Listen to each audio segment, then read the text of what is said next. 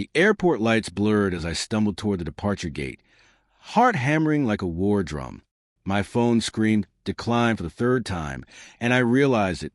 They had left me stranded, alone, abandoned. The company car that had promised safety, a roof over my head, flights, and meals, dead, gone. And with it, my trust. My pulse shot through my ears as the weight of betrayal hit, like a freight train. I had been a cog in their machine, a loyal employee, and now they'd throw me away in a foreign country with nothing but the clothes on my back and a burning rage I couldn't control. I collapsed on the cold airport floor, feeling every inch of the miles I'd traveled, every promise broken. My hand trembled as I scrolled through their corporate emails. Smooth, polite reassurances. Your expenses will be covered. Lies. Just lies. My stomach twisted.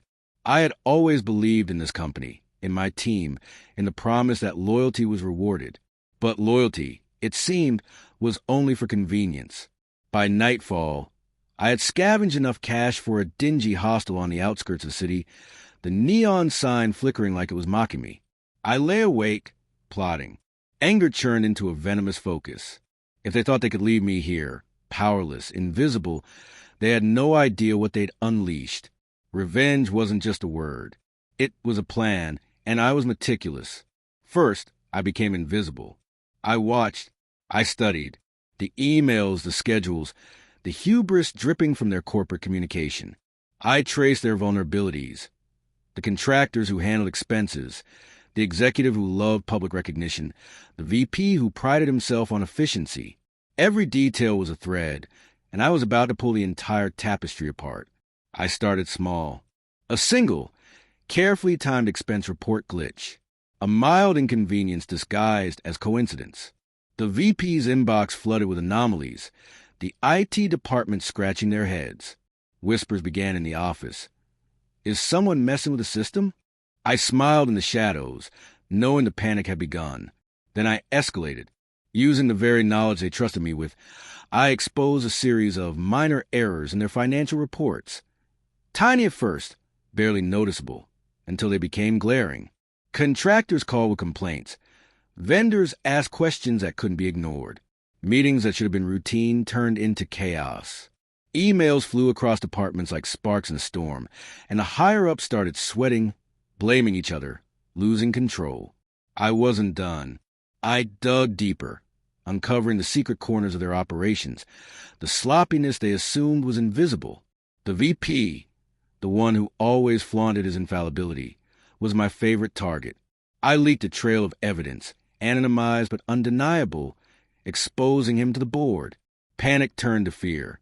Fear turned to fury. The company, which once ignored my existence, now trembled under my unseen hand. And all the while, I watched their public facade crumble from halfway across the world, my own journey from powerless employee to architect of chaos complete.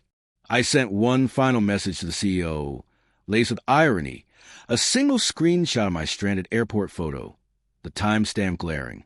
This is what happens when loyalty is discarded. By the time I returned home, the headlines had already begun. Executive shakeups, public apologies, financial investigations. The company scrambled to repair its image, but the truth couldn't be erased. And I walked into my apartment with nothing but my suitcase, a smile, and the satisfaction of justice delivered, not with fists or anger, but with a precise, cold strike of knowledge and timing. They had left me abandoned, yes, but they hadn't realized that in the chaos, I would become unstoppable. Revenge had a taste sweeter than I had imagined. Calculated, cinematic, perfect.